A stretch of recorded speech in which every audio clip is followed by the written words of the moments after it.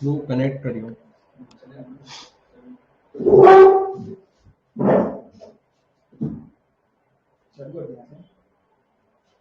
हाँ सुनिए।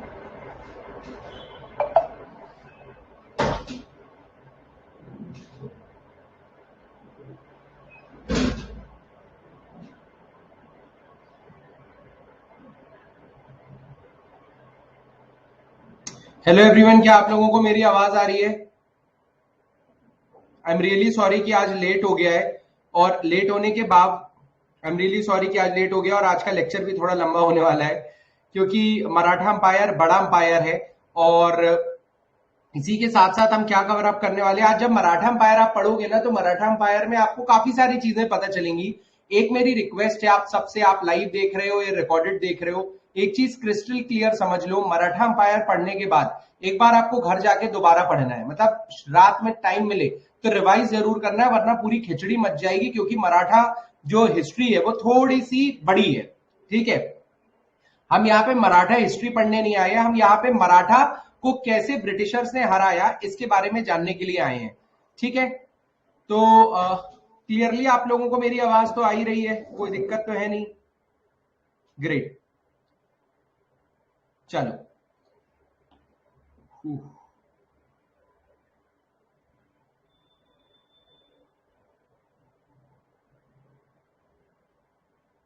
चलो ग्रेट।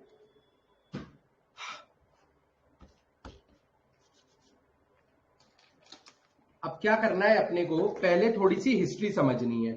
ठीक है, कि क्या था, कैसा था मराठा अंपायर, कौन सा हुआ करता था, मराठा अंपायर में ऐसा क्या खास बात था जो बाकियों में नहीं था। कहानी मैं आपको पूरी बता दूंगा, ठीक है।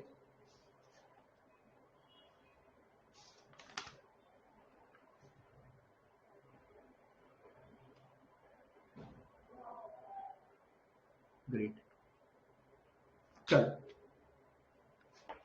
ग्रेट, चलिए तो स्टार्ट करते हैं आज का लेक्चर। हेलो एवरीवन, मेरा नाम प्रखर श्रीवास्तव है and I welcome you to exam originals, जहां पे हम आज मॉडर्न इंडियन हिस्ट्री के लेक्चर 4 डिस्कस करने जा रहे हैं, जहां पे हमने ब्रिटिश ने कैसे मराठा अंपायर को हराया और अपना दबदबा इंडिया में एक स्टेप और आगे बढ़ाया, इसके बारे में जानना चाह रहे हैं। बट उसके पहले हमें यह समझना पड़ेगा, आई एम रियली सॉरी कि स्लाइड्स बहुत डिजाइनर में नहीं बना पा रहा हूं, मतलब इसको, ये स्लाइड तो मैं बनाता हूं, डिजाइनर के पास ही जा ही नहीं पाती है। ठीक है, तो कोशिश करते हैं कि कल की स्लाइड आपकी डिजाइन रहेगी, थोड़ा और क्रिएटिव रहेगी। तो कौन थे मराठा? मराठा अंपायर में ऐसा क्या था जो बाकियों में नहीं था? तो देखिए, अगर मैं इंडिया की बात करूं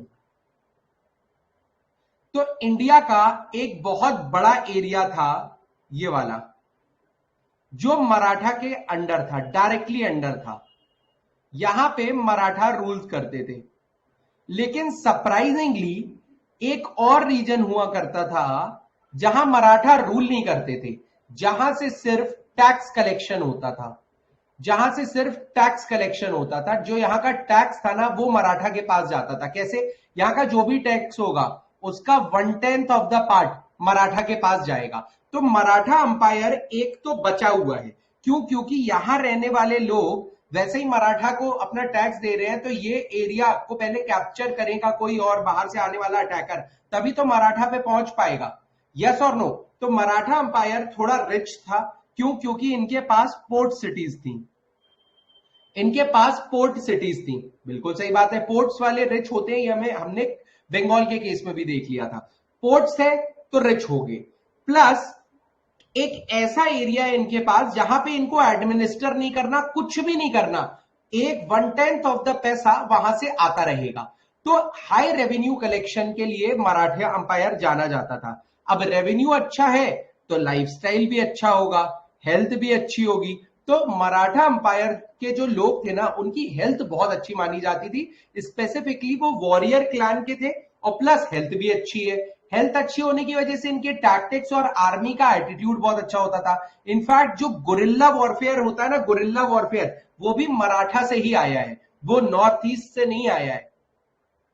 गुरिल्ला वॉरफेयर इसमें भी ट्रेंड होते थे मराठा। प्लस ये वेस्टर्न घाट वाला एरिया था, तो वेस्टर्न घाट्स भी मराठा को बहुत प्रोटेक्ट करते थे। तो मराठा तक इंग्लिश का पहुंचना थोड़ा सा मुश्किल था। उसके पहले औरंगजेब था, औरंगजेब भी बाद में शिवाजी से उसकी तूतू मैमे हुई थी, बट औरंगजेब को भी समय लग गया था मराठा तक आने में। तो मराठा अंपायर एक तरीके से प्रोटेक्टेड एरिया था, तो उनका बहुत ज्यादा वॉर में खर्चा नहीं होता था। प्लस वॉरियर क्लैन के थे, तो आप ये समझिए कि ये तगड़े भी हैं, ठीक है, इनको काम करना भी आता है, हथियाना भी आता है। सेकंड, पैसा इनके पास लगातार बना रहता था टैक्स के थ्रू, ठीक है। तो अब आपको ये चीज समझ में आई कि मराठा अंपायर एक ऐसा अंपायर था जो पूरे इंडिया पे राज करने की दम रखता था। बट ऐसा क्यों नहीं हो पाया, वो हम आने वाली स्लाइड्स में देखेंगे। वॉरियर क्लैन हो, पैसा ज्यादा है, पोर्ट सिटी है, क्या चाहिए और क्या चाहिए इंडिया पे राज करने के लिए? आपके पास दिमाग वाले लोग हैं, आपके पास वैसे लोग हैं जो मर मिट जाएंगे देश के लिए। आपने देखा है मराठा अंपायर के लोग या आज भी Maharashtrians towards their Maratha history बहुत ज्यादा लॉयल रहते हैं कि नहीं रहते हैं, ये बताइए। आप में से कोई महाराष्ट्रियन है क्या? आप में से कोई महाराष्ट्रियन या मराठा है? तो आप ये चीज याद रखिएगा, ये जो लोग होते हैं ना, ये बहुत ज्यादा लॉयल रहते हैं टुवर्ड्स देयर भूमि या फिर टुवर्ड्स देयर जमीन।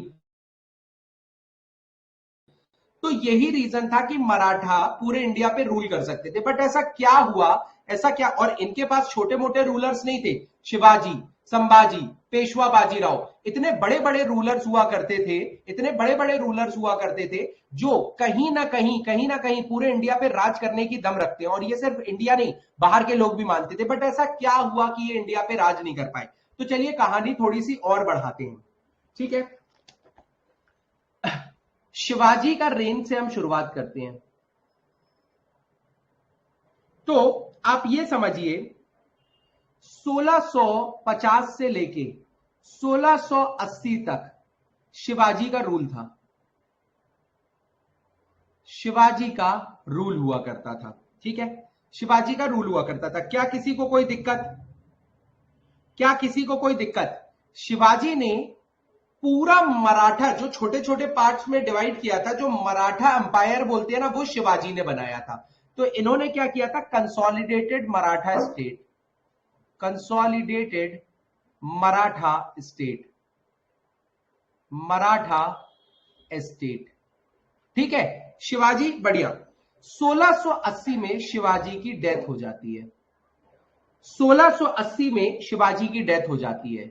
तो दो लोग मौजूद रहते हैं, ठीक है। दो बच्चे रहते हैं शिवाजी के, एक रहते हैं संभाजी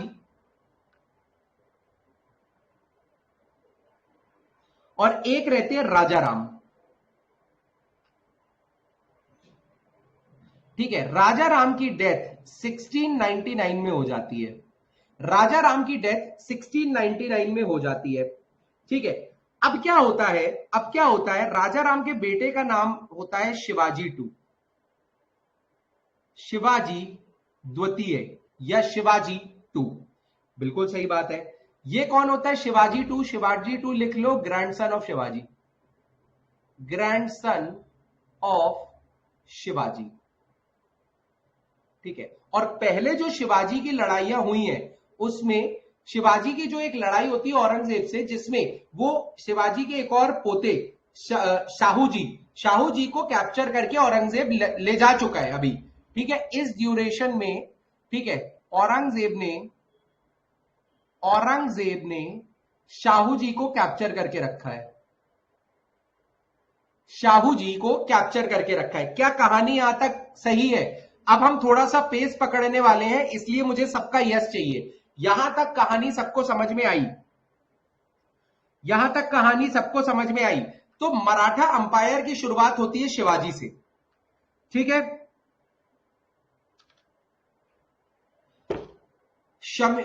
फाजला, हिमांशु तिवारी, मनु सिंह, साक्षी पांडे, सिर्फ 4 लोगों ने यस बोला है। मैं चाहूंगा बाकी लोग भी यस बोलें।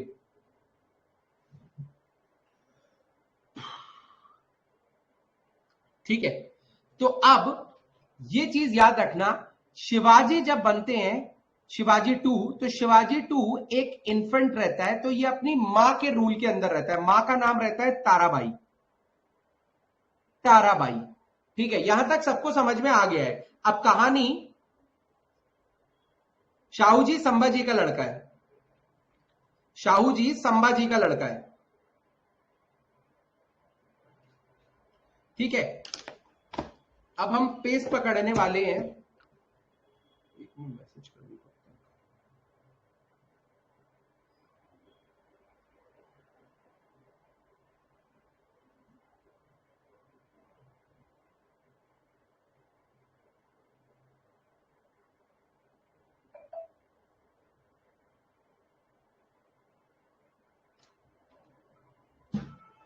ठीक है, ये अब ये चीज समझो, एक एक्चुअली देखो संभाजी, अब आप ये समझो, ये मतलब आप ये समझ लो ये सौतेला पोता होता है, सौतेला समझ लो, ठीक है। मतलब शिवाजी के कजन ब्रदर होते हैं इकोजी, ठीक है। संभाजी का उनकी वाइफ के साथ चलता है, तो मतलब बहुत, आप वो छोड़ो, इकोजी का लड़का भी कहा जाता है उनको, संभाजी का भी कहा जाता है। आप ये समझ लो कि ये ग्रैंडसन है। अभी कहानी समझो, ये सब नहीं आएगा पेपर में। तो अब क्या होता है, शिवाजी 2 को उसकी मां के अंदर नया किंग घोषित किया जाता है, नया किंग घोषित किया जाता है। इसके बाद क्या होता है, 1707 में क्या होता है, 1707 में क्या होता है, अब तो बता दो भाई 1707 में क्या होता है। 1707 में एक ही चीज हुई है जो आप सबको पता होनी चाहिए। 1707 में ऐसा क्या हुआ था, किसकी डेथ, औरंगजेब की। औरंगजेब की डेथ होती है, औरंगजेब की डेथ हो जाती है। औरंगजेब की डेथ की वजह से शाहू जी रिलीज हो जाता है, शाहू जी रिलीज हो जाता है। Is it clear, Shahu ji release हो जाता है। इसके बाद 1708 से लेके 15 तक किन दो लोगों में लड़ाई चलेगी, ताराबाई अपने बच्चे को बनाना चाहती है और शाहू जी खुद बनना चाहता है। ये चीज समझ में आई, ये चीज समझ में आई। अब क्या होता है, कुछ नोबल्स होते हैं, वो ये नहीं चाहते कि मराठा अंपायर गिर जाए, ठीक है। तो वो ताराबाई वॉज अ लेडी, वो उसको काबिल नहीं समझते, बच्चा तो बच्चा है। तो इसीलिए जो मराठा नोबल्स होते हैं वो शाहू जी को सपोर्ट करते हैं। Nobles under the leadership of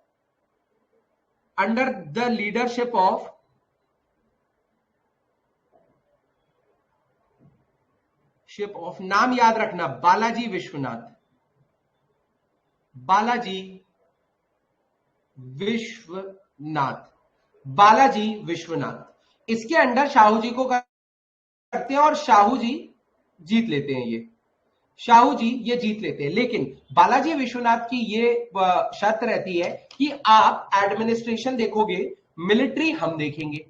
is it clear, Balaji Vishwanath, देखो शाहू जी अभी अभी आए होते हैं, बालाजी विश्वनाथ खुद बन नहीं सकते हैं क्योंकि ये किंग नहीं है, ये किंग के क्लैन से नहीं है, जनता इनको अपनाएगी नहीं। तो ये शाहू जी को चेहरा बना देते हैं कि आप किंग बन जाओ, हम मैनेजमेंट देखेंगे। इज इट क्लियर, हम मैनेजमेंट देखेंगे। अच्छा, और ये मैनेजमेंट ग्रुप का नाम क्या रखते हैं, क्या कोई बता सकता है, हम मैनेजमेंट देखेंगे। और अब से मराठा अंपायर में एक नई चीज की शुरुआत होने वाली थी। तो ये बालाजी विश्वनाथ, अब दो लोग आ गए, एक किंग रहेगा, एक मैनेजर रहेगा। मैनेजर की इज्जत भी उतनी ही है। तो मैनेजर के नाम क्या होते थे, या बालाजी ने इन लोगों को क्या बोलना चालू किया कि मैनेज हम करेंगे और हमें क्या बोलेंगे, पेशवा, पेशवा, ठीक है। जो लोगों के सामने पेश होगा, लोगों से डील करेगा। राजा शाहू जी हैं लेकिन ये पेशवा है, समझ में आया। तो बालाजी विश्वनाथ, ठीक है, पेशवा, पेशवा मतलब मास्टरमाइंड आप कह लो। तो Balaji Vishwanath was the first Peshwa. Is it clear, is it clear. अब दिमाग आ गया है, लीडरशिप आ गई है। तो 1719 में क्या होता है, 1719 में मुगल अंपायर में क्या चल रहा है, मुगल अंपायर में औरंगजेब के बाद कोई बड़ा रूलर नहीं बन पाया, औरंगजेब के बाद कोई बड़ा रूलर नहीं बन पाया, और मराठा में एक स्ट्रॉन्ग लीडरशिप और एक सेकेंड लाइन कमांड दोनों बन चुके हैं। आपको नहीं लगता है कि मराठा मुगल्स को दबा सकते थे, आपको नहीं लगता कि मराठा मुगल्स को दबा सकते थे। तो लिखो, Mughals were facing succession dispute. कौन आगे बढ़ेगा, कौन राजा बनेगा? Succession dispute. मुगल में इशू चल रहा था, ये चीज मराठा को पता थी, तो मराठा ने कहीं ना कहीं अपनी अथॉरिटी दबाना चालू किया, बढ़ाना चालू किया। तो पेशवा की लीडरशिप बढ़ने लगी थी, और ये मुगल्स को पीछे फेंक रहे थे, ठीक है। और इसीलिए मराठा को चौथ दे दिया जाता है। चौथ का क्या मतलब है कि जो कुछ रीजन्स होंगे उनमें से 1/4 ऑफ द रेवेन्यू कलेक्शन आपको मिलेगा। तो अब मुगल पीछे हट रहे हैं और मराठा आगे बढ़ रहे हैं। चौथ का उनको फायदा मिल गया है क्योंकि अब पैसा आना चालू हो गया है। समझ में आया कि नहीं आया? लेकिन अब इसके बाद क्या होता है, सरप्राइजिंगली 1720 में बालाजी विश्वनाथ की डेथ हो जाती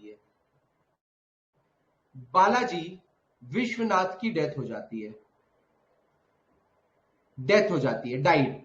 अब बालाजी विश्वनाथ की डेथ होती है, लेकिन ये एक काम करा जाते हैं, पेशवा की पोजीशन को हेरिडिटरी बना जाते हैं। मतलब इनका बेटा हेरिडिटरी,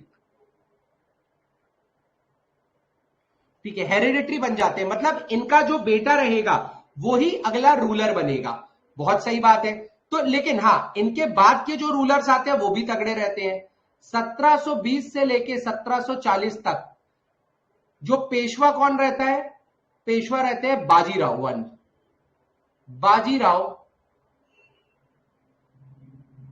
वन, ठीक है। 1740 से लेके 1760 तक पेशवा कौन रहता है? बालाजी बाजीराव।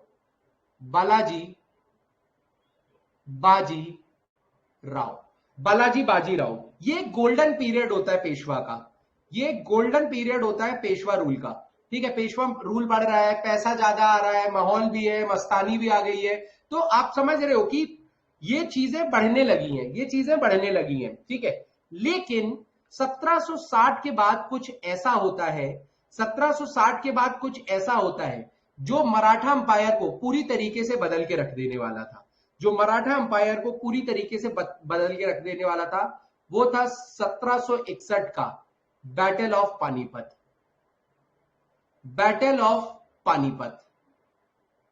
या आप ऐसा लिख लो, third battle of Panipat Maratha speed को या मराठा ग्रोथ को पूरी तरीके से बदल के रख देने वाला था, ठीक है, पूरी तरीके से बदल के रख देने वाला था। अब क्या होता है, ध्यान से समझना अब क्या होता है। यहां पे पूरा लॉजिक आएगा, मतलब रटना कुछ नहीं है। अगर मैं इंडिया की बात करूं तो यहां पर क्या है, ये कौन सी रेंजेस होंगी अप्रोक्सीमेटली? ये कौन सी रेंज होगी? अरावली रेंज होगी। अरावली रेंज में यहां पर दिल्ली के पास एक रास्ता है क्रॉस करने का, ठीक है। समझ में आया? मुझे सबका हाँ चाहिए। दिल्ली के पास एक रास्ता है क्रॉस करने का, ठीक है। पहाड़ों के बीच में से हर जगह से तो निकल नहीं जाओगे, कुछ एक स्पेसिफिक एरिया होंगे। अब जैसे ही इस एरिया से आप बाहर निकलते हो, ये जो एरिया होता है इसको बोलते हैं अवध, ठीक है, अवध। और अवध में ही आता है आपका एरिया ऑफ पानीपत। पहले पानीपत, अब मैंने गलत बनाया हो तो ठीक है, अवध और पंजाब, ये वाला जो हरियाणा अवध पंजाब, यूपी जो है वो अवध है और हरियाणा यहां पर है, हरियाणा यहां पर है। तो पानीपत, वो बस पानीपत जगह जो आज है ना, वो नहीं होती थी, पानीपत के ग्राउंड होते थे। पानीपत में क्यों इतनी लड़ाइयां हुई है? क्योंकि ये जो दिल्ली रिज है ना, इससे निकलते ही साथ सबसे बड़ा मैदान हुआ करता था। तो यहां के लोग रिज क्रॉस करके उधर नहीं जाते थे, उधर के लोगों को अगर इधर आके कैप्चर करना है तो आके लड़ाई करनी पड़ेगी। तो ये क्या करते थे, इस रिज पे ब्लॉकेज लगाते थे यहाँ के लोग, ताकि कोई घुस ना पाए, और रिज के उस तरफ रखते थे। ये जो एरिया था ना, इस एरिया को पानीपत बोला जाता था, ठीक है। अब पानीपत के प्लेन ग्राउंड्स थे, ठीक है, प्लेन ग्राउंड्स हुआ करते थे। बस ये याद रखना, प्लेन ग्राउंड है, समतल जमीन है, लड़ाई झगड़े की व्यवस्था पूरी है, आसानी से दिल्ली पास में है, तो एक अच्छा एरिया बना था ये मनोरंजन के लिए, यानी लड़ाइयों के लिए। Is it clear? Is it clear? अब क्या हुआ, यहां से एक बार अटैक होता है अफगान का। अफगान्स का, अफगान्स किसके अंडर में आते हैं? अहमद शाह अब्दली। अहमद शाह अब्दली के अंदर अफगान्स आते हैं। अफगान सबसे पहले किसको, अफगान्स लूटने आते हैं, अफगान्स लूटने आते हैं। समझ में आया कि नहीं आया?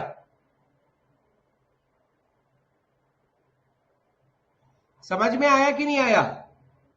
अब बात क्या होती है, धीरे धीरे मराठा अंपायर इतना बड़ा समझना, मराठा अंपायर इतना बड़ा हो चुका होता है कि ये इसका रेवेन्यू कलेक्शन अवध में भी मौजूद होता है। अवध से भी ये रेवेन्यू कलेक्ट करता है, ठीक है, अवध से भी ये रेवेन्यू कलेक्ट करता है, कोई दिक्कत नहीं है। अब अवध से रेवेन्यू कलेक्ट करता है, और अगर अहमद शाह अब्दली लूटने के लिए अंदर आ रहा है तो मराठा इससे भिड़ेंगे? मराठा इससे भिड़ेंगे कि नहीं भिड़ेंगे, ये बताओ। अहमद शाह अब्दली अंदर आ रहा है तो मराठा इसको रिटेलिएट करेंगे कि नहीं करेंगे? बिल्कुल करेंगे भाई, क्यों नहीं करेंगे, बिल्कुल करेंगे, करेंगे ना, बिल्कुल करेंगे। अब अवध का जो राजा है वो ये प्रस्ताव रखता है कि यार मराठा कमजोर होते हैं और अफगान बहुत स्ट्रांग थे, तो जो अवध का रूलर होता है ना वो अफगान की साइड ले लेता है, ठीक है, लेता है। आप ऐसा लिखो, 1751 में मराठा आज started revenue collection from Awadh, बिल्कुल सही बात है। अफगान्स, उसके बाद सेकेंड लाइन में लिखो, Afghans were more powerful so they support Maratha, so if Awadh support Maratha, Afghans वैसे भी इनको मारने वाले थे, तो अवध ने स्मार्टनेस दिखा के बोला कि मैं अफगान्स की साइड लूंगा।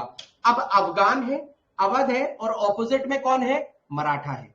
मराठा को लगा कि यार हम तो राजा है, और आप समझ रहे हो कॉन्फिडेंस इतना था उस समय कि पूरे इंडिया पे राज करने की बात चल रही है, मुगल राजा को जूते के नीचे रख रहे हैं ये लोग, ब्रिटिश देश को कुछ समझते नहीं थे। तो आप कॉन्फिडेंस लेवल देख रहे हो मराठा का कि हमें हमें अपनी भूमि को बचाना है, हम किसी भी फॉरेन इन्वेडर को अंदर नहीं घुसने देंगे। चाहते तो मराठा रिटेलिएट कर लेते तो शायद बाद में बड़ा एम्पायर बन जाता मराठा, बट मराठा ने डिसाइड किया we'll go into a war, we'll go into a war, ठीक है, कोई दिक्कत नहीं थी। इस वॉर में, इस 1761 के बैटल ऑफ पानीपत में गलती से यह हो गया कि अफगानिस्तानी सबसे सच में बहुत ज्यादा दमदार थे, और 50 to 60% of leadership died, of Maratha leadership लिखो, Maratha leadership died including their Peshwa, ठीक है, समझ में आया? जो 60 साल की हिस्ट्री थी ना मराठा की, जो 60 साल की मराठा हिस्ट्री थी ना, सिर्फ एक गलत डिसीजन की वजह से मिट्टी में मिल गई थी, मिट्टी में मिल गई थी। हिस्ट्री नहीं मिली थी, बट उनका जो आने वाला फ्यूचर प्लान था वो मिट्टी में मिल गया था। क्यों? क्योंकि उनकी सारी लीडरशिप मर गई, टॉप लीडरशिप मर गई, उनके आर्मी के जवान मर गए। तो आप समझ रहे हो, ये मौका अब जैसे मुगल वीक था ना, ऐसे ही मराठा वीक हो गया ना, उनके पास इन्फेंट्री है ना, पैसा बचा है ना, वॉर करने के तरीके हैं, और इनके हारने का मेजर रीजन क्या था? ये रहते थे वेस्टर्न घाट्स में, जो मराठा थे ना वेस्टर्न घाट्स में थे, तो इनको चढ़ कूद के गुरिल्ला वॉरफेयर से लड़ने की ट्रिक आती थी, लेकिन क्या इनको समतल मैदानों में लड़ने की ट्रिक आती थी? नहीं आती थी। अफगानिस्तान के पास टेक्नोलॉजी बेटर थी, स्ट्रैटेजी बेटर थी, अफगानिस्तान के पास टेक्नोलॉजी बेटर थी, ठीक है, अब टेक्नोलॉजी बेटर थी, स्ट्रैटेजी बेटर थी, तो मराठा ऑब्वियसली बोलते हैं ना कि आपने देखा भी नहीं, आपने जानने की कोशिश भी नहीं की दुश्मन को, बस हम तो यहाँ के राजा हैं, हम तो लड़ लेंगे। ये सोच ने मराठा को उस समय हरा के रख दिया। मराठा पूरी तरीके से टूट चुके थे, उनके पेशवा की ज्यादा इज्जत नहीं रह गई थी, और मराठा अंपायर वापस रिट्रीट होकर अपने एक छोटे से कुनबे में आके रहने लगा। क्या यहां तक समझ में आया? मराठा अंपायर कैसे चढ़ता है और कैसे गिरता है, समझ में आया? और यहां से शुरू होने वाला था मराठा का फॉल, और ये बैटल ने मराठा को तोड़ के रख दिया था। जैसे मुगल जब टूटे थे तो मराठा ने उनको कैप्चर किया था, जब मराठा टूटे हैं तो अब कौन इनको आगे बढ़ाने के लिए या इनको दबाने के लिए आएगा? मराठा बैठे हैं, जब गिरे हैं, टूटे हैं, तो इनको दबाने के लिए कौन आएगा बताओ? इनको दबाने के लिए कौन आएगा? कौन मौका उठाएगा? ब्रिटिशर्स। Very good. तो यहां से शुरुआत हो जाती है ब्रिटिशर्स की एंट्री की, यहां से शुरुआत हो जाती है ब्रिटिशर्स की एंट्री की। क्या यहां तक सबको समझ में आ गया? समझ में आया? यहां तक किसी को कोई दिक्कत? ये फर्स्ट फेज था कि मराठा क्यों वीक पड़े जिससे ब्रिटिशर्स अंदर घुस पाए। मराठा क्यों वीक पड़े जिससे ब्रिटिशर्स अंदर घुस पाए। क्या मैं इस चीज के साथ स्टार्ट कर सकता हूं कि एंग्लो मराठा वॉर कहां से चालू होता है? मराठा को वीक देखने के बाद, मराठा को वीक देखने के बाद, अच्छा एक और चीज अभी स्टार्ट करने के पहले थोड़ा पेशवा के बारे में और बताता हूं। जैसे बालाजी ने ये पेशवा की जो मतलब चीजें चालू हुई, ठीक है, 1720 में क्या हुआ? डेथ हो जाती है। फिर उसके बाद बाजीराव आते हैं। बाजीराव क्या करते हैं? एक होगा पेशवा एडमिनिस्ट्रेशन, समझो पहले पेशवा एडमिनिस्ट्रेशन। पेशवा ने जो 60 साल या 45 साल रूल किया है, उस 45 साल में क्या ऐसा करते थे पेशवा जो इतना बेहतरीन एडमिनिस्ट्रेशन था? इन्होंने फोकस किया लोकल लीडरशिप पे। लोकल लीडरशिप कि तुम इस जगह के राजा हो, तुम यहां का पूरा संभालोगे, ठीक है, हमारा इंटरफियरेंस बहुत ज्यादा नहीं होगा। तो इन्होंने क्या किया? एक होगा किंग, जो कि कौन होगा? जो कि शिवाजी, संभाजी, जो इनकी फैमिली से होगा, ठीक है, ये हेरिडिटी किंग, मतलब फैमिली ऑफ शिवाजी, क्योंकि उनका हक था और पेशवा भी उनकी रिस्पेक्ट करते थे। Family of Shivaji. लेकिन ये सिर्फ नॉमिनल लोग हुआ करते थे, ये सिर्फ नॉमिनल लोग हुआ करते थे, ये सिर्फ नॉमिनल लोग हुआ करते थे। सेकंड होगा पेशवा, जो होंगे रियल मैनेजर्स। तो एक होंगे किंग, दूसरे होंगे पेशवा। पेशवा होंगे रियल पावर। अब पेशवा ने बेटर एडमिनिस्ट्रेशन के लिए अपने क्लैंस डिवाइड किए, ठीक है। जैसे जो ग्वालियर वाला रीजन था, ग्वालियर वाला रीजन था, वो किसको दे दिया? सिंधियास को। जो पुणे वाला रीजन था, वो किसको दे दिया? भोसलेस को। जो इंदौर वाला रीजन था, वो किसको दे दिया? वो किसको दे दिया? होलकर्स को। जो नागपुर वाला रीजन था, वो किसको दे दिया? गायकवाड़ को, गायकवाड़ को, ठीक है। ये 4 ही होते थे ना कि 5 होते थे? एग्जैक्टली साक्षी, यही होता है कि नॉमिनल और रियल, ये 4 जगह पे इन्होंने बांटा। 5वां भी कुछ होता था यार, 5वां पेशवा खुद होते थे, मेरे को तो ध्यान में नहीं आ रहा। समझ में आया? समझ में आया कि नहीं आया? तो यहां तक सबको सारी चीजें क्लियर है। आई डोंट थिंक कि यहां तक आपको कोई भी दिक्कत होगी। अब एडमिनिस्ट्रेशन, एडमिनिस्ट्रेशन कैसे चलता है? हर की जगह के अलग रूलर होते थे, हर जगह का सब मस्त चलता था। इनकी आपस में लड़ाई होती रहती थी, क्योंकि पेशवा पेशवा जो पेशवाज होते थे उनसे कौन क्लोज रहेगा, किसको कितना एरिया मिलेगा, तो इनकी आपस में इंटरनल डिस्प्यूट चलते थे। अब ये इंटरनल डिस्प्यूट्स इतने बढ़ जाएंगे कि मराठा अंपायर को तोड़ के रख देंगे। इंटरनल डिस्प्यूट्स, ठीक है, ये चीज समझ में आई यहां तक? अब क्या होता है, हम आगे बढ़ते हैं,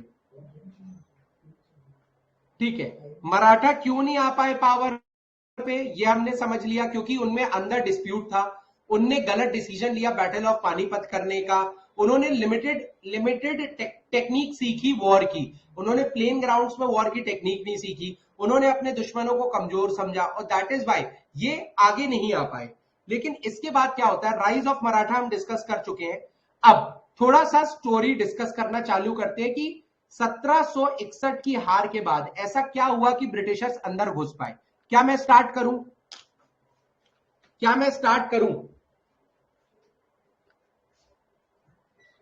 स्टार्ट तो कर ही दूंगा भाई। तो अब क्या होता है, 3 पेशवा आपको पता है, बालाजी विश्वनाथ, बाजीराव, बाजीराव। फिर चौथे होते हैं माधव राव जो है वो वॉर में रहते हैं और हार जाते हैं। जैसे ही माधव राव हारते हैं, इसके बाद इनका कॉन्फिडेंस जो है वो जाने लगता है और 1772 में इनकी डेथ हो जाती है।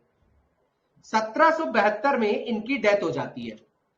1772 में इनकी डेथ हो जाती है। Is it clear? ठीक है भाई। अब इनके जो ब्रदर है नारायण राव, वो 5th पेशवा बनते हैं। कोई दिक्कत नहीं है भाई, बनना ही चाहिए। 5th पेशवा जैसे ही बनते हैं, थोड़े समय बाद नारायण राव के चाचा उनका खून कर देते हैं और खुद को पेशवा बता देते हैं।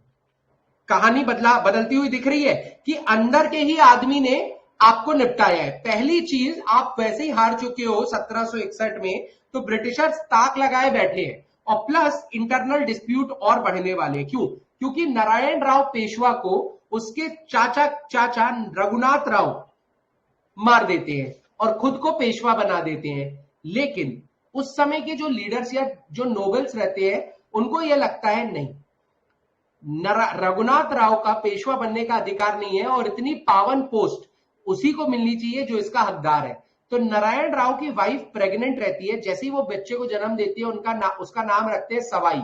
सवाई मतलब 1 1/4। ठीक है, 1 मतलब 1 1/4 ऑफ नारायण राव।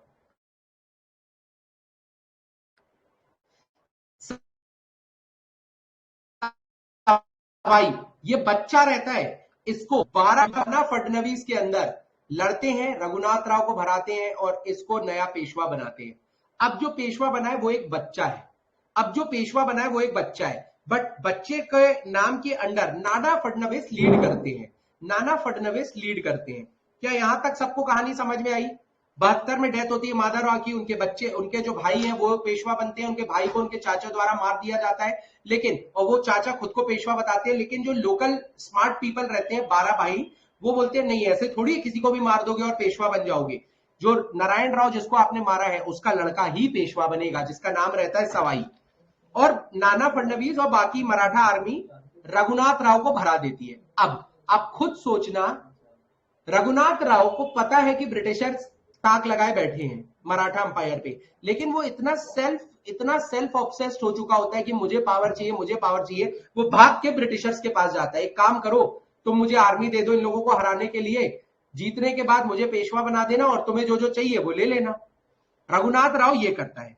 रघुनाथ राव भाग के जाता है इंग्लिश के पास और ट्रीटी ऑफ सूरत साइन करता है, जिसमें वो ये बोलता है मुझे पेशवा बना दो और मैं तुम्हें सलसेट और बसाइन की जो टेरिटरी है वो तुम्हें दे दूंगा मैं, और इसके बदले में मुझे ब्रिटिश आर्मी के लोग चाहिए। यहां 1775 में जो ट्रीटी ऑफ सूरत हुई, ये सबको समझ में आई। रघुनाथ राव इंग्लिश के पास भाग के जाता है और ट्रीटी ऑफ सूरत करता है कि मुझे पेशवा बनवा दो लड़ाई झगड़ा करके, और मैं तुम्हें सेलसेट और बसीन दे दूंगा। लेकिन जो उस एरिया के इंग्लिश है वो ट्रीटी कर लेते हैं, लेकिन जो ब्रिटिश काउंसिल होती है वो बोलती है नहीं ऐसा थोड़ी होगा, हमें और चाहिए। तो वो ट्रीटी ऑफ सूरत को कैंसिल करती है और ट्रीटी ऑफ पुरंदर करती है, जिसमें वो ये बोलती है हमें और एरिया चाहिए और जो वॉर हम करेंगे उसका पैसा भी चाहिए।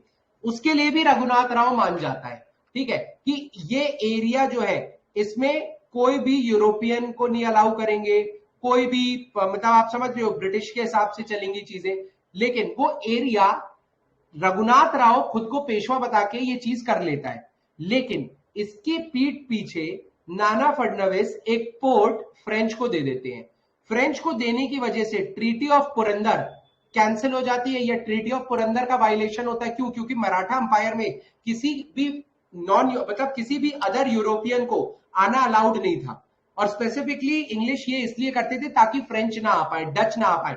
लेकिन नाना फडणवीस एक पोर्ट फ्रेंच को दे देते हैं।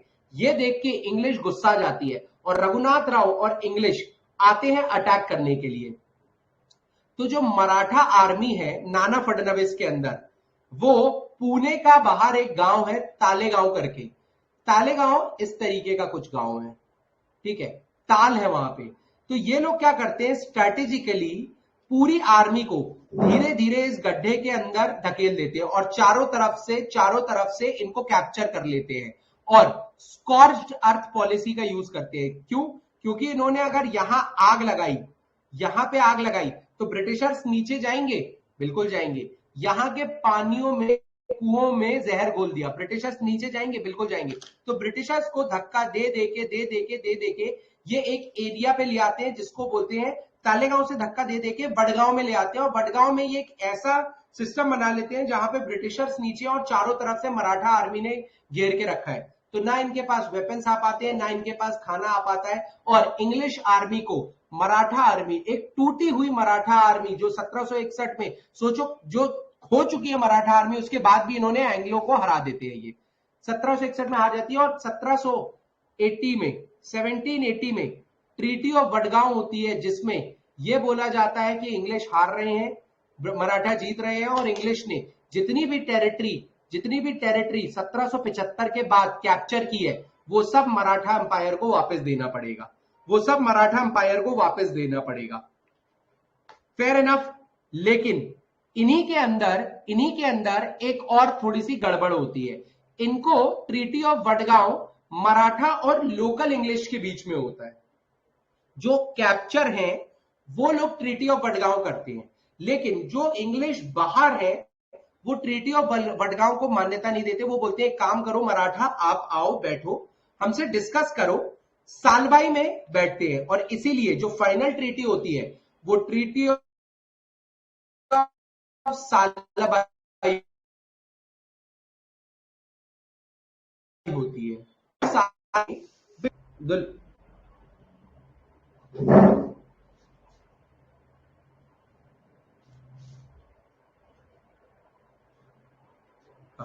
ट्रीटी ऑफ सालबाई में जो इंडिया के गवर्नर जनरल है वॉरेन हेस्टिंग, वो पार्टिसिपेट करते हैं। वो बोलते हैं ट्रीटी ऑफ वडगांव आपने लोकल इंग्लिश के साथ की थी, वो माननीय नहीं है। अगर आप एक ऐसी ट्रीटी चाहते हो जिसमें इंग्लिश आपको अटैक ना करे तो आपको एक और ट्रीटी करनी पड़ेगी। डिस्कशन भाई ऑब्वियसली बात है, मराठा तो चाहते ही हैं कि यार अटैक ना हो, क्यों? क्योंकि उनके पास आर्मी भी कम है, पैसा भी कम है। तो वो बोलते हैं चलो ठीक है, ठीक है। इसमें यह बोला जाता है सेल्सेटे जो इंग्लिश को दे दिया था रघुनाथ राव ने, वो इंग्लिश के पास ही रहेगा। बसेन जो दिया था इंग्लिश को वो मराठास को वापस मिल जाएगा। इंग्लिश कोई भी एक्स्ट्रा सपोर्ट अब रघुनाथ राव को प्रोवाइड नहीं करेगा, ठीक है। और रघुनाथ राव को एक प्रॉपर पेंशन मिलने लगेगी। हैदर अली जो कि मैसूर में है वो सारी इंग्लिश की टेरिटरी लौटा देगा। और आपको याद है हैदर अली ने एक बार मराठा को मना लिया था मैसूर वॉर में। आपको याद है मैसूर वॉर में हैदर अली ने एक बार मराठा को मना लिया था। वो कैसे मनाया था? मराठा ने बोला था कि इंग्लिश को उनकी टेरिटरी वापस कर दो तो ये मेरा एरिया कैप्चर नहीं करेंगे और मैं शांति से रह पाऊंगा और मैं तुम्हें अटैक नहीं करूंगा।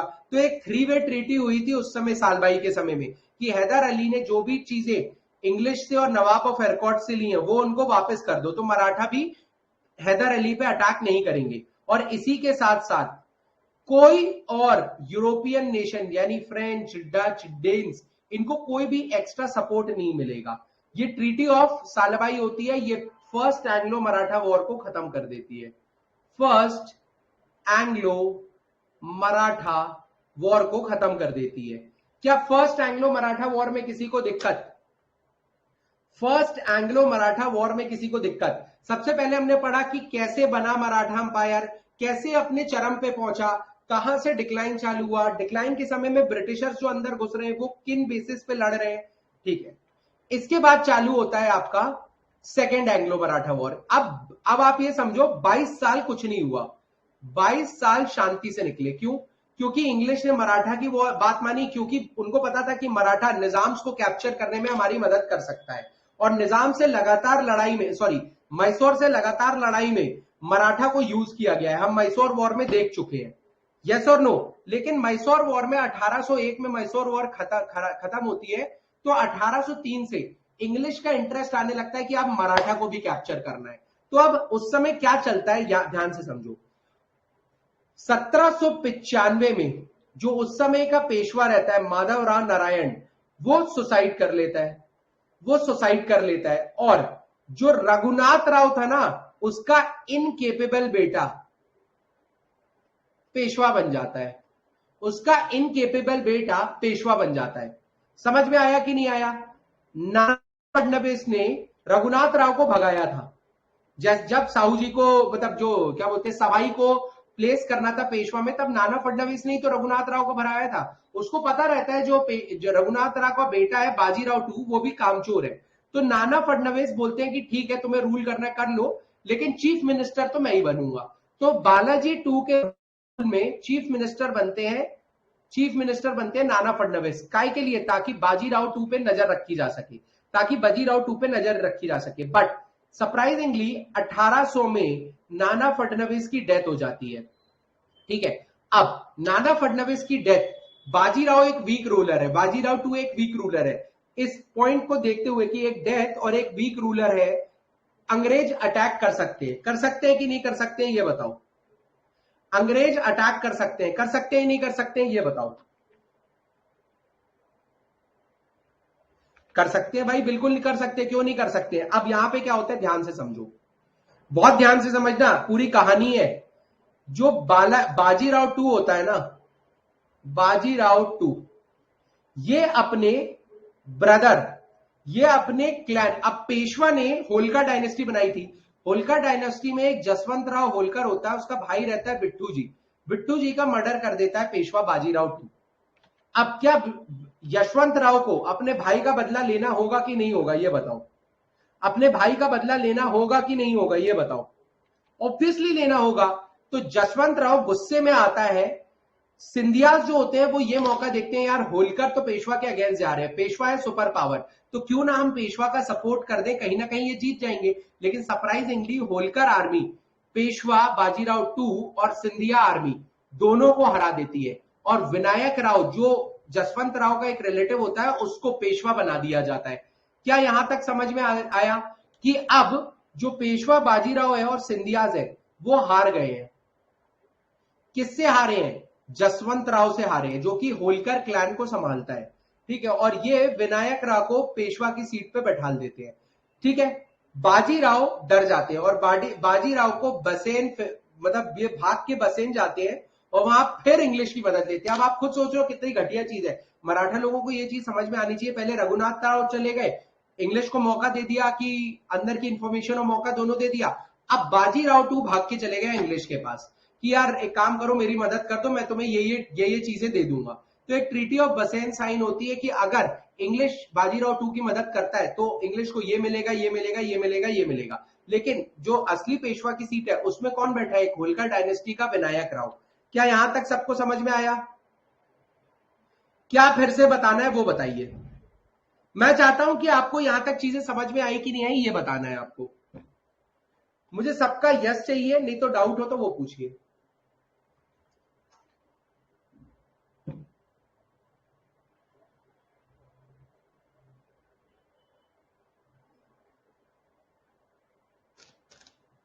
थोड़ी सी भुजिया खा ली जाए।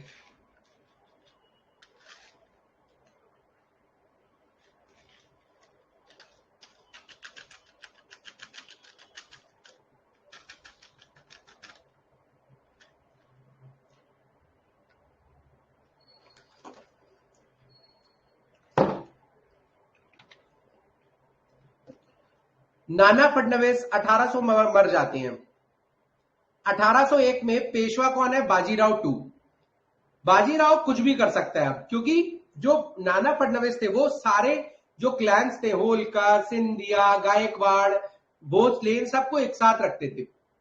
लेकिन कुछ पर्सनल इशू के चलते जो होलकर क्लैन होता है उसमें बिट्ठू जी होते हैं, उनको मार देता है पेशवा। समझ में आया? समझ में आया फाजला?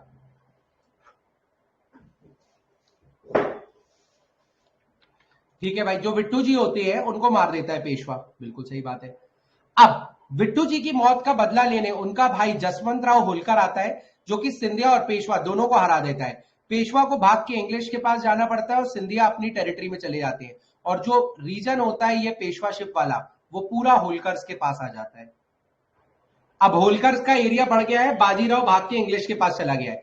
इंग्लिश के पास जाके ये बोलता है कि एक काम करो, मुझे मदद कर दो वापस मेरा एरिया पाने में, मैं तुम्हें सूरत दे दूंगा, जो भी निजाम के एरिया में चौथ कलेक्ट करता हूं यानी पैसे कलेक्ट करता हूं वो भी तुम्हें दे दूंगा। तुम जैसा बोलोगे कि किसी और यूरोपियन को काम नहीं देना है, मैं किसी और यूरोपियन को काम नहीं दूंगा, ठीक है। कंपनी को मैं अपनी जमीन दे दूंगा 26 लाख के बदले, बस 26 लाख रुपए लेने और बाकी पूरी जमीन उसकी, कंपनी की। English will provide army to Bajirao, उसके बदले बाजीराव को आर्मी चाहिए, और मैं सब्सिडरी अलायंस भी आपके साथ साइन करता हूं, जिसके तहत बाजीराव का जो मराठा अंपायर है उसके अंदर ब्रिटिश आर्मी पोस्टेड रहेगी। बाजीराव की खुद की कोई आर्मी नहीं होगी, ब्रिटिश की आर्मी होगी, ब्रिटिश की आर्मी का खर्चा बाजीराव उठाएंगे, उसके बदले में ब्रिटिश आर्मी मराठा अंपायर को प्रोटेक्शन देगी, ठीक है। इस फीचर को बोलते थे सब्सिडरी अलायंस। तो बाजीराव टू इंग्लिश के साथ सेकेंड एंग्लो मराठा दौर के दौरान, सेकेंड एंग्लो मराठा के दौरान एक ट्रीटी साइन किया, सब्सिडरी अलायंस भी साइन कर लेते हैं, ठीक है।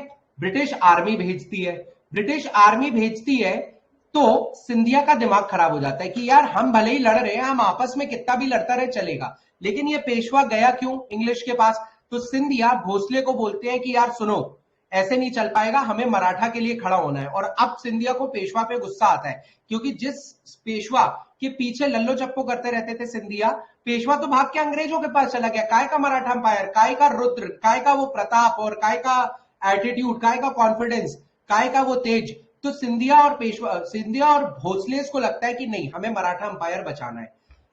तो अब वॉर होती है, इंग्लिश की तरफ से आर्थर वेलेस्ली रहते हैं, नाम याद रखना है, और सिंधिया और भोसले लड़ते हैं। सिंधिया और भोसले ना जानते हैं कि बाहर कैसे लड़ना है, ना उनके पास टेक्नोलॉजी है, ना अच्छे वेपन्स है, ना स्ट्रैटेजी है। आर्थर वेलेस्ली बहुत इजीली उन्हें हरा देता है, ठीक है। और इसके बाद यशवंतराव होलकर भी आते हैं लड़ाई करने के लिए, उनको भी हरा दिया जाता है। मतलब सिंधिया, भोसले और होलकर तीनों हार चुके हैं, तीनों हार चुके हैं। सेकेंड मराठा वॉर के दौरान सिंधिया को लगता है कि यार हमारे इंग्लिश ने गलत किया और पेशवा ने गलत किया है। तो 1803 में दो लड़ाइयां होती हैं, ट्रीटी ऑफ देवगांव, ये भोसले के साथ कंक्लूड करते हैं इंग्लिश, और 1803 में ट्रीटी ऑफ सूरजनी गांव, ठीक है, समझ लो। सिंधिया यहां पे हारे जाते हैं, और ट्रीटी ऑफ राजपुर घाट, यहां पे होलकर की हार होती है। तो सेकेंड वॉर जो एंग्लो मराठा वॉर हुआ था, उसमें तीनों, पेशवा तो वैसे भी ब्रिटिशर्स के साथ है सेकेंड एंग्लो मराठा वॉर में, लेकिन ऑपोजिट में खड़े सिंधिया, भोसले और होलकर तीनों हार जाते हैं।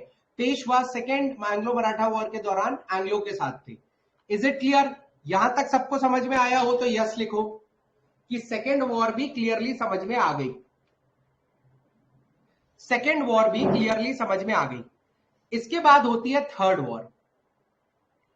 थर्ड वॉर में क्या होता है मैं आपको बताता हूं। एक एरिया है मराठा का, मराठा आर्मी में पिंडारीज काम करते हैं जो दलित होते हैं, ठीक है। मराठा आर्मी में पिंडारीज काम करते हैं जो दलित होते हैं, ठीक है, बिल्कुल सिंपल सी बात है।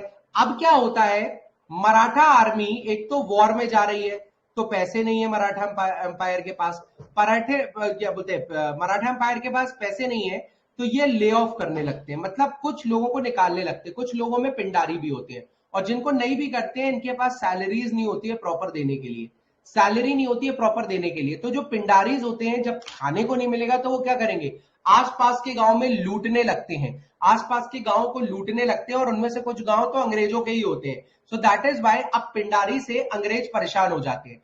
तो पिंडारी जो अंग्रेज होते हैं वो आके मराठा पे ये चार्ज लगाते हैं कि आपने पिंडारियों को पनाह दी है, आपने पिंडारियों को पनाह दी है। Is it clear?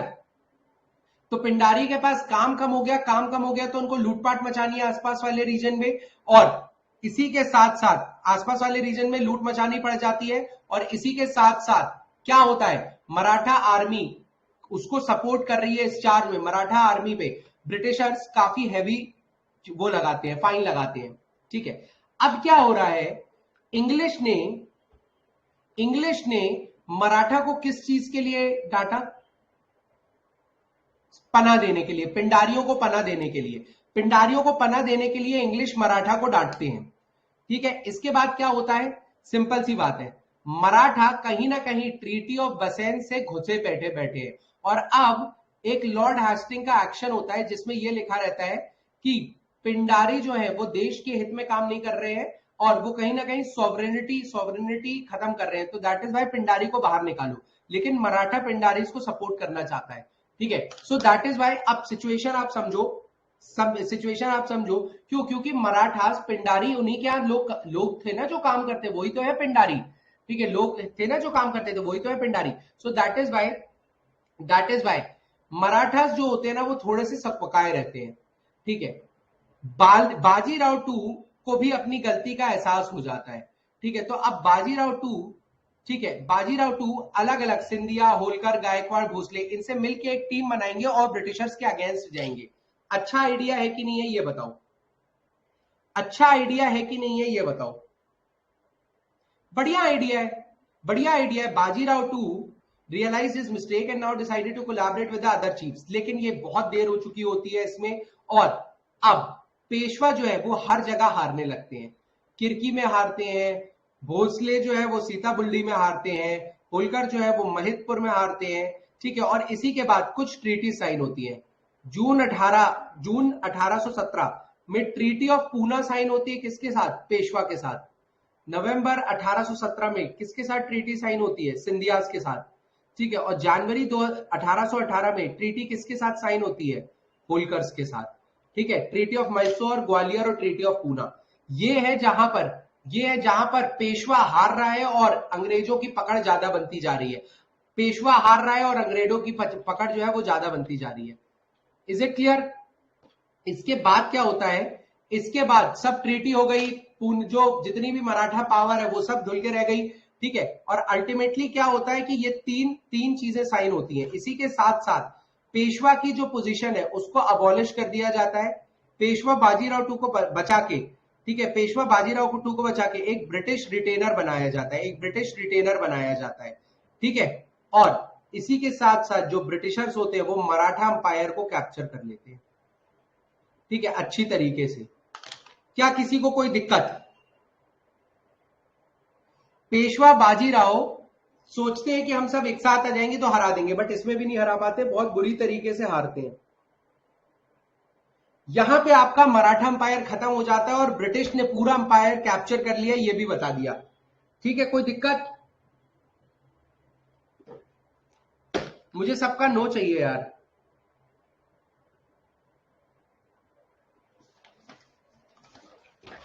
ग्रेट, चलो।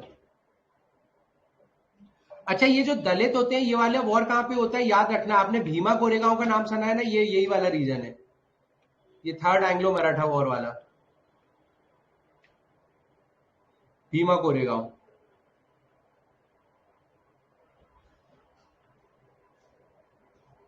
भीमा कोरेगांव, ये थर्ड जो वॉर हो रही है ना, ये भीमा कोरेगांव वाले एरिया में ही हो रही है, क्योंकि दलित भी वहीं से थे, वहीं का कांड चल रहा था।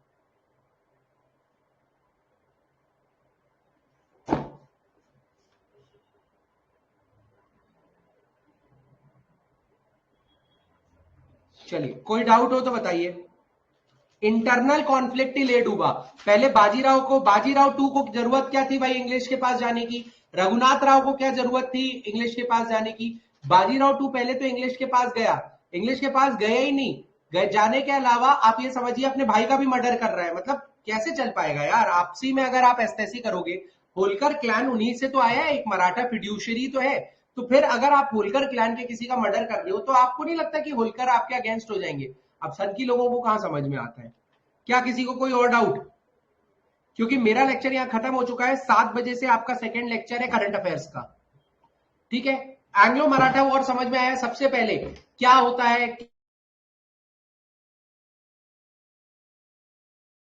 कैसे बढ़ा, कम हुआ, ये चीज समझ में आ गई? चलिए, कोई और डाउट हो तो बताइए। लो, अजी बताइए। नहीं, अभी नहीं हुआ है, ये नोटिफिकेशन के बाद ही होगा। हाँ, पीएससी का बैच चल रहा है, पूछा है तो ज्वाइन कर सकते हैं, और डेमो क्लासेस भी चलती है, आप आके देख सकते हैं। ठीक है, 5 से 7 अभी करंट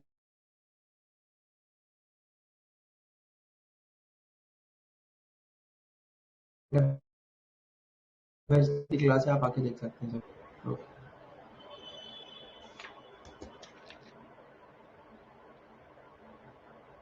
सेकेंड वॉर कहां पर हुई? सेकेंड वॉर अलग अलग जगह हुई थी यार, कुछ मतलब देवगांव में हुई थी। अरे एक सेकंड, बारिश हो रही है क्या? नहीं, देखने जा रहा हूँ। अरे सुनो तो, अभी कोई प्रॉब्लम हो रही है अभी वो। चलिए, कोई और डाउट? कोई और डाउट? चलिए, thank you, all the best. अलग अलग जगह हुई थी यार, सेकेंड वॉर एक जगह नहीं हुई थी। 7 बजे से करंट अफेयर्स का लेक्चर है, 1 घंटे का लेक्चर हमने ये भी ले लिया है। पता चला 1 घंटे कब निकल गया? 1 घंटे का पता नहीं चला, क्यों? मुझे भी नहीं पता चला। पेशवा थे, माधव राव जो थे वो पेशवा थे, बालाजी के राव के बेटे। नारायण राव माधव राव के भाई थे।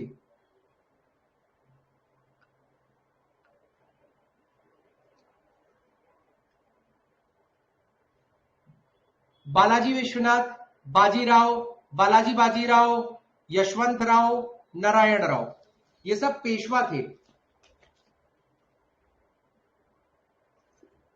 और बाजीराव टू जो है ना, वो कौन था बाजीराव टू?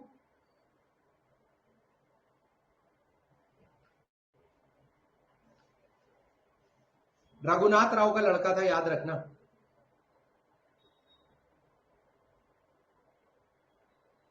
और कोई डाउट तो नहीं है ना?